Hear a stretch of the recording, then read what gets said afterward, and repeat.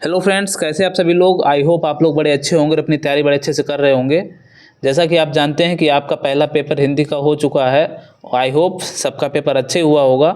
अगर किसी का अच्छा नहीं हुआ है तो आप लोगों को निराश नहीं होना है। अब अगले पेपर की तैयारी में बहुत अच्छे से लग जाना है, एकदम जी जान लगा दो। आप लोगों का अगला पेपर मैथ्स का है, बायो वाले स्टूडेंट का बायो का होगा, तो आप एकदम जी जान से लग जाइए। जो भी आपसे कमियां हुई थी उन कमियों को दूर करते हुए, उन सबको भूलते हुए अगले पेपर की बहुत अच्छे से तैयारी करिए। तो मैं हूं मुकेश यादव और आप आ चुके हैं मैथ्स सुपरविजन पे। आज के वीडियो में हम समाकलन के मोस्ट इंपॉर्टेंट क्वेश्चन को डिस्कस करेंगे, जो आपके एग्जाम के लिए बहुत ही इंपॉर्टेंट है, जो मोस्ट रिपीटेड क्वेश्चन है। और एक जेन्युइन सी बात बच्चों, ज़्यादा आप है ना चक्कर में नहीं पड़ना है। महाकुंड, महायज्ञ या ये पेपर दफन कर देंगे, ये कर देंगे, तो ज़्यादा आपको समय नहीं ख़राब करना है। यूट्यूब पे अपना ज़्यादा से ज़्यादा घर पे रिवीजन करें। जो आप पढ़ चुके हैं उसको बार बार रिवाइज करें, नई चीज़ें कम से कम पढ़ें। बात समझ में आ रही है। पहले पुराने चीज़ें उनको रिवाइज करें, अगर फिर समय मिल जाता है तो फिर कुछ नया पढ़ें। किसी चैप्टर से बहुत ज़्यादा दिक्कत हो रही हो तो उसके 2-4 क्वेश्चन करें, ज़्यादा नहीं करने, छोड़ देना। ऐसा नहीं उसके चक्कर में सारे चैप्टर गड़बड़ हो जाएंगे। तो आप जो है घर पे ज़्यादा से ज़्यादा रिवीजन को इम्पोर्टेंस दें। अपनी एनसीईआरटी बुक के एग्जाम्पल्स लगाएं, सबसे ज़्यादा इम्पोर्टेंट हैं, ठीक है।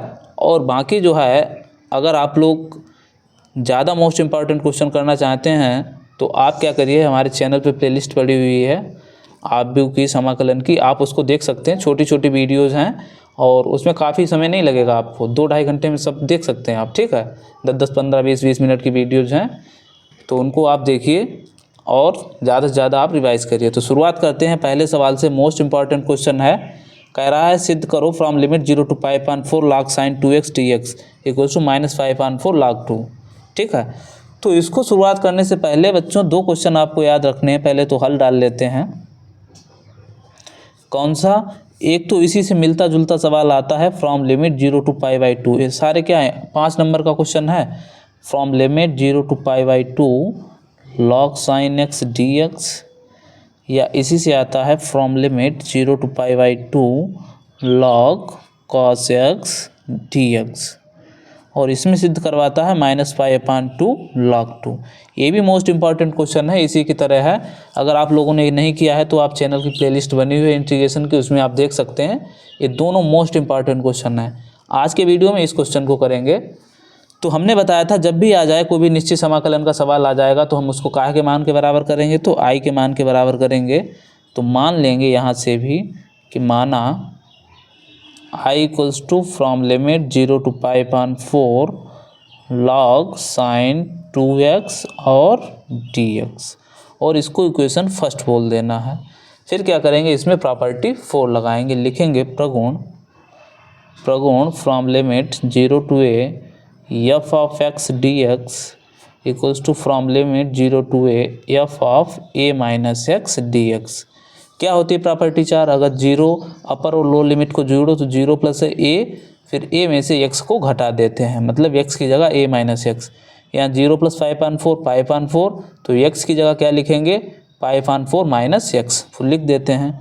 i equals to from limit 0 to π/4 log sin 5/4, x की जगह लिख रहे हैं 5/4 माइनस एक्स। अब 2 तो मल्टीप्लाई में है, तो 2 मल्टीप्लाई में तो मल्टीप्लाई में लगा देंगे और ब्रैकेट लगा देंगे और क्या लिख देंगे, dx लिख देंगे, ठीक है। अब देखो यहाँ से फ्रॉम लिमिट 0 to π/4 log 2 की मल्टीप्लाई होगी 5/4 में तो कितना हो जाएगा, π/2 हो जाएगा, और इससे मल्टीप्लाई होगी तो 2x हो जाएगा। तो देखो इसको एक बार में ही देखो, तो ये कितना हो जाएगा, साइन π/2 माइनस 2x लिख देते हैं। चलो अच्छा, साइन π/2 माइनस 2x, और ये हो गया dx। यहाँ से हो जाएगा from limit 0 to π/4 log sine 90 minus theta कितना होता है, कॉस थीटा, तो cos 2x और ये dx हो गया, और इधर i। अब ये इक्वेशन फर्स्ट मानी थी, इसको इक्वेशन सेकेंड मान लेना है। बिल्कुल इसी की तरह करना है, इसी क्वेश्चन का कॉपी है, ठीक है। अब यहाँ से इक्वेशन 1 और 2 को जोड़ देंगे तो लिखेंगे समीकरण 1 व 2 को जोड़ने पर, heading equation first and second. तो क्या हो जाएगा, इधर आई और एक है ए आई, तो कितना हो जाएगा 2i। तो i plus i equals to from limit 0 to π/4।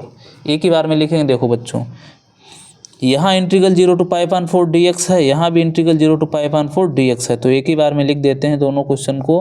log sin 2x plus log cos 2x, मतलब एक ही इंटीग्रल में लिख दिया और dx लगा दिया। ठीक है, अब यहाँ पे फार्मूला डालते हैं log m plus log n का। अगर इसको थोड़ी देर के लिए m कह दें, इसको n कह दें, तो log m प्लस n का फार्मूला क्या होता है, log m गुणा n।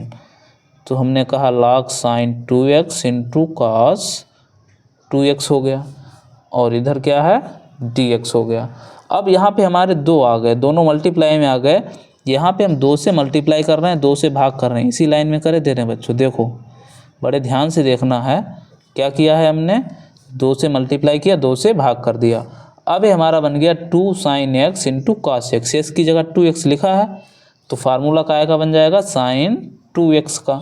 तो from limit log sin 2x, तो 2 और x की जगह कितना है 2x, तो 2 इंटू एक्स की जगह 2x लिख देना है, और अपान में 2 लिख देना है, और dx लिख देना है। इतनी बात क्लियर है। और इधर i प्लस आई कितना चल रहा है, तो हमारा 2i चल रहा है। इधर 2i equals to from limit 0 to π/4। अभी log m बट्टे n का फार्मूला क्या होता है, log m, तो 2 इंटू 2x एक ही बार में लिख देते हैं sin 4x, और dx पूरा लिख दिया, माइनस log n, तो फ्रॉम लिमिट 0 to π/4 log 2 और dx लिख दिया। हमने एक ही बार में बेटा कर दिया है। क्या किया है बच्चों, log 2 इंटू 2x, तो 4x हो गया। तो एक लाइन में लिखते हैं log sin 2x, line 4 log sin 4x minus log 2, फिर अगली बार में अलग अलग करते। देखो बच्चों यहाँ से क्या किया है भाई, फ्रॉम लिमिट 0 to π/4 log, कितना हो गया sin 4x m बटे n, log m minus log n, log 2, और ये कितना हो गया dx। इतनी बात क्लियर है। तो उसी को, इसी इंटीग्रल को आगे हमने इसको ऐसे ब्रेक कर लिया। अब देखो हमारा सवाल काहे में है, बड़ा ध्यान से देखना है। हमको सिद्ध करना है -π/4 log 2, ठीक है, और सवाल है 0 to π/4 log sin 2x, ठीक। और हमारा यहाँ पे जो बना है वो 4x बना है, तो 4x को कैसे न कैसे करके क्या बना लेना है, 2x बना लेना है, कैसे भी करके। तो हम क्या कर रहे हैं, इसको देखो यहाँ पे अगर हम 4x को थोड़ा बारीकी से देखें तो 2 इंटू 2x लिख सकते हैं, और उसी 2x को क्या कर देना है, पुट कर देना है। तो हम पुट कर देंगे 2x equals to T, x के सापेक्ष अवकलन कर दो तो 2 x का 1 और t का कितना हो जाएगा, dt/dx हो जाएगा। और हमको भैया वैल्यू काय की चाहिए है, तो यहाँ से देखो dx बराबर कितना हो जाएगा, यहाँ से यहीं से लिख देते हैं dx equals to dx equals to dt/2। अब दिख रहा होगा, ठीक है। x का क्या हो गया, अवकलन 1 हो गया, और t का dt/dx, तो dx इक्वल्स टू dt/2 हो गया। अब चूंकि हम क्या कर रहे हैं भैया, x को t में कन्वर्ट कर रहे हैं, तो पूरा सवाल हमारा t में कन्वर्ट हो जाएगा, तो लिमिट भी t की होनी चाहिए। तो लिमिट जब x का मान 0 है तब t का मान देख लेते हैं, t बराबर 2 इंटू 0 दैट इज 0। फिर जब x का मान कितना है, π/4 है, तब t की वैल्यू कितनी हो जाएगी, 2 इंटू x की जगह π/4 दैट इज π/2 हो जाएगी, 2 दूना 4 π/2। तो हमारी लिमिट भी यहाँ से आ जाएगी। तो लिखेंगे 2i equals to from limit 0 to lower limit इतनी, अपर लिमिट π/2 हो गई। अब log sin 4x, देखो 2x को कितना माना था t, 4x को लिख दो 2 इंटू 2x, यही तो 2 और 2x कितना है भैया t है, तो 2t हो जाएगा। और dx कितना आ चुका है, dt/2 आ चुका है, तो dt/2। इतनी बात क्लियर है। और इधर कितना है भैया, माइनस का, अब ये देखो log 2 एक बार लिख ही देते हैं, 0 to π/4 और log 2 और ये dx हो गया। इतनी बात क्लियर है। अब यहाँ से क्या कर देंगे, देखो 1/2 तो हमारा आ जाएगा बाहर, कांस्टेंट है, और फ्रॉम लिमिट 0 to π/2 हो गया, log sin 2t हो गया और dt हो गया, ठीक है। और यहाँ ये देखो log 2 तो कांस्टेंट है, बाहर आ जाएगा, फ्रॉम लिमिट 0 to π/4 1 dx बच जाएगा। यहाँ से हो जाएगा 1/2। अब हम प्रॉपर्टी जानते हैं, अगर हम 2 से गुणा करते हैं तो लिमिट आधी कर देते हैं, फ्रॉम लिमिट π/2 का आधा कितना हो जाएगा π/4। ये बच्चों की प्रॉपर्टी होती है कि जब भी हम 2 से मल्टीप्लाई करेंगे तो लिमिट क्या हो जाएगी, आधी हो जाएगी। थोड़ी सी आधी अधूरी प्रॉपर्टी बता रहे हैं। होता क्या है, बेसिकली इसी को इसमें से घटाते हैं तो फंक्शन पे कोई फ़र्क नहीं पड़ता है, तब हम क्या करते हैं 2 से मल्टीप्लाई करके लिमिट आधी कर देते हैं। आपको जब भी ज़रूरत पड़ेगा क्वेश्चन में तो वो पहले से ही क्या होती, कंडीशन फॉलो होती है, इसीलिए ऐसे बता देते हैं कि 2 से गुणा करो, लिमिट क्या कर दो, आधी कर दो। अब ये क्या हो जाएगा, log sin 2t, ऐसा क्यों किया अभी पता लग जाएगा, dt माइनस का log 2 1 dx का इंटीग्रेशन कितना होता है x, और लिमिट कितनी है 0 to π/4 है। यहाँ 2 से 2 क्या हो जाएगा, कैंसिल आउट हो जाएगा, ये तो हो गया कैंसिल आउट। अब ये देखो from limit 0 to π/4 log sin 2t dt है, तो इसको हमारा मन करे तो हम 2x dx लिख सकते हैं, और log 2 अभी बताएंगे 2x dx क्यों लिखा, और ये हो जाएगा अपर लिमिट यहाँ अप्लाई किया और माइनस लोअर लिमिट। हम एक प्रॉपर्टी जानते हैं भैया, क्या कि अगर from limit a to b fx dx हो गुरुजी, और चाहे तो इसी को कुछ भी लिख दो, fx dx की जगह ft dt लिख दो, तो कोई फ़र्क नहीं पड़ता है, ठीक है। तो यहाँ क्या था, t में था, हमने क्या किया, जहाँ जहाँ t था वहाँ वहाँ x लिख दिया, इससे हमारे सवाल पे कोई फ़र्क नहीं पड़ेगा। ऐसा क्यों किया, क्योंकि यही तो हमारा सवाल है, from limit 0 to π/2 log sine लिखा है यहाँ पे, ये क्या है sin 2x, ये 2x क्या है log sin 2x, और ये हमारा पूरा क्या है, क्वेश्चन है, i माना था इसको, तो ये तो हो गया i, और इधर ये log 2 इंटू π/4 में से चला जाएगा तो π/4, ठीक है। i इधर चला आएगा तो 2i minus i equals to देखो माइनस π/4 हो जाएगा, और ये हो जाएगा log 2, यही सिद्ध करना था हमको। 2i में से जाएगा i, और i हमारा क्या था, सवाल था, तो from limit 0 to π/4 log sin 2x dx equals to minus π/4 log 2, यही क्या हो जाएगा, आपका आंसर हो जाएगा। और यहाँ पे बड़े अच्छे प्यारे अक्षरों में लिख देना है, क्या, यही सिद्ध करना था। आशा है आपको क्वेश्चन समझ में आ गया होगा। अगर वीडियो अच्छा लग रहा हो तो प्लीज़ वीडियो को लाइक, और चैनल पे अगर पहली बार आए हैं तो चैनल को सब्सक्राइब ज़रूर कर लें, ठीक है। अब हम बढ़ते हैं अगले क्वेश्चन की तरफ। अगला क्वेश्चन क्या है, आप देख सकते हैं बच्चों, कह रहा है सिद्ध करो from limit 0 to π x dx upon 1 plus cos square x equals to π²/2√2। ये भी मोस्ट इम्पॉर्टेंट क्वेश्चन है, और इस बार आने की इसकी बहुत ज़्यादा संभावना है, इसको ध्यान से करके जाएं। अब देखो हम क्या कर सकते थे गुरुजी, इसका समाकलन कर सकते थे, कहा है ये प्रॉपर्टी लगाए हैं। कब कर सकते थे, जब हमारा ऊपर x ना होता है, ये x क्या कर रहा है, व्यवधान डाल रहा है, इसीलिए हमने यहाँ से क्या किया है, प्रॉपर्टी 4 यूज की है। प्रॉपर्टी 4 क्या होती है, from limit 0 to fx dx हो जाए तो a minus x d x अभी बताई है, तो x की जगह 0 + पाई मतलब x की जगह क्या लिखना, पाई माइनस एक्स, तो यहाँ पे x की जगह pi minus x upon 1 plus cos square pi minus x. Question को पहले इसलिए सॉल्व कर लिया है कि कम समय में आपको ज़्यादा से ज़्यादा डिलीवर कर सकें, क्योंकि आपका एग्ज़ाम जो है 2-3 दिनों बाद है, इसलिए आप जो है मेहनत से पढ़ते रहें। तो यहाँ से हो गया दिस एंड दिस, तो cos 180 अंश माइनस थीटा कितना होता है, cos थीटा, cos 180 अंश minus theta minus cos theta होता है, और उसका क्या है, स्क्वायर है, तो फिर क्या हो जाएगा, प्लस cos स्क्वायर एक्स हो जाएगा। तो अब हम क्या कर रहे हैं, समीकरण 1 और 2 को जोड़ रहे हैं, तो i प्लस आई हो गया from limit 0 to pi x d x this and this, इसको भी जोड़ लिया। अब हमने क्या देखा बच्चों, जो यहाँ इंटीग्रल dx के साथ है, जो यहाँ लिमिट है वही यहाँ है, तो लिमिट को एक बार लिख लिया, दोनों के हर समान थे तो एक ही बार में हर लिख लिया, x plus pi minus x, x से एक्स क्या हो जाएगा, कैंसिल आउट हो जाएगा हमारा, तो क्या आ जाएगा 2i equals to from limit pi d x upon 1 plus cos square x.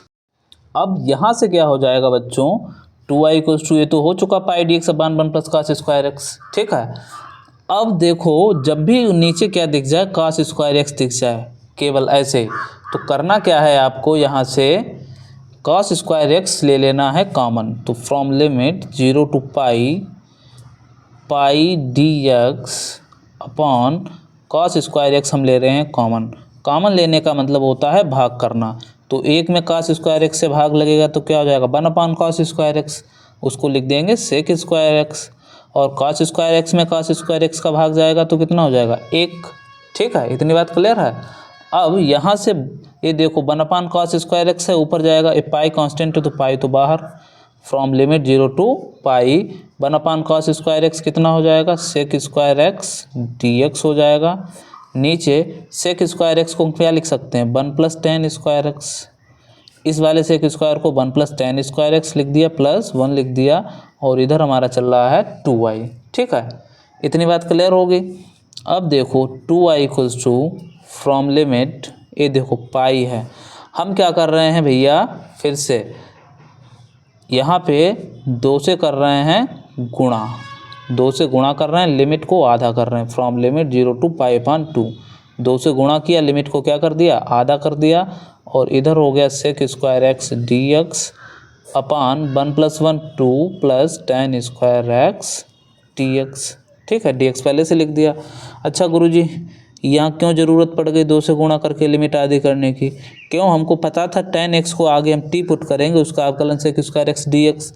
लेकिन जब हम लिमिट चेंज करेंगे तो 0 tan 0 की भी वैल्यू 0 होगी और tan पाई की भी वैल्यू 0 होगी, तो दोनों लिमिट सेम आ जाएंगी। इसीलिए इसमें क्या किया, पहले ही हमने इसको कन्वर्ट कर लिया।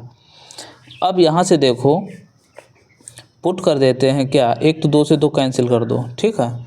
और हम क्या कर रहे हैं, पुट कर रहे हैं tan x को t, तो tan x का अवकलन सेक स्क्वायर एक्स और x dx लिख दो, और इधर क्या लिख दो, dt लिख दो। अब चूंकि हम इसको t में कन्वर्ट कर रहे हैं तो लिमिट भी t की चाहिए। तो जब x की वैल्यू कितनी है, 0 है, तब t की वैल्यू कितनी हो जाएगी, tan 0 दैट इज 0। और जब x की वैल्यू पाई अपान 2 है तब t कितना हो जाएगा, तो tan x की जगह पाई अपान 2 रख देंगे, और tan 90 की वैल्यू इनफाइनाइट मतलब अनंत हुआ करती है। तो यहाँ से ये हो जाएगा i equals to pi from limit, अब देखो लोअर लिमिट 0, अपर लिमिट अनंत हो चुकी है, sec square x d x कितना हो चुका है, तो डी टी हो चुका है, अपान 2, और tan एक्स को t पुट किया था तो इसका स्क्वायर। अब यहाँ से तो हमारे दाएं हाथ का खेल है, कैसे करेंगे, ये pi from limit 0 to infinite d t upon, इस 2 को लिख लेंगे अंडर रूट 2 का होल स्क्वायर, प्लस इस t को लिख लेंगे t का स्क्वायर, ये हो गया i। अब लगाएंगे फार्मूला क्या, डी एक्स अपान ए स्क्वायर प्लस एक्स स्क्वायर का फार्मूला क्या होता है, 1 अपान ए tan इनवर्स x अपान ए, एक्स की जगह t अपान ए, ठीक है। और पाई तो हमारा कांस्टेंट है, बाहर है, और फ्रॉम लिमिट 0 टू इनफाइनाइट। इतनी बात क्लियर है। अब ये हो गया पाई 1 अपान अंडर रूट 2 भी कांस्टेंट है तो इसको बाहर ले लेते हैं, तो पाई इंटू दिस, और ये हो गया tan inverse t upon under root 2, और from limit 0 1 upon under root 2 का है बाहर लिए गुरुजी, इसलिए ले लिए, जो लिमिट अप्लाई होती है वो t की होती है केवल, तो 1 अपान रूट 2 से तो कोई मतलब ही नहीं रह गया, तो इसीलिए इसको बाहर ले लिया। अब ये हो गया pi upon under root 2, upper limit तो tan इनवर्स t की जगह रखो इनफाइनाइट, और अपान में क्या हो जाएगा, under root 2 minus lower limit, तो tan इनवर्स x की t की जगह 0 अपान अंडर रूट 2 ये रख दिया, और इधर क्या चल रहा है, हमारा i चल रहा है, ठीक है। अब ये हो जाएगा pi upon under root 2 tan, ये देखो infinite upon something that is infinite, अनंत के नीचे बटे में कुछ भी होगा तब भी क्या रहेगा, वो अनंत ही रहेगा। और tan में अनंत किसकी वैल्यू होती है, तो tan 90 की वैल्यू, अर्थात tan पाई बाई 2 की वैल्यू होती है, माइनस tan इनवर्स, और ये हो गया 0, tan में 0 की वैल्यू tan 0 की वैल्यू होती है। इतनी बात क्लियर है।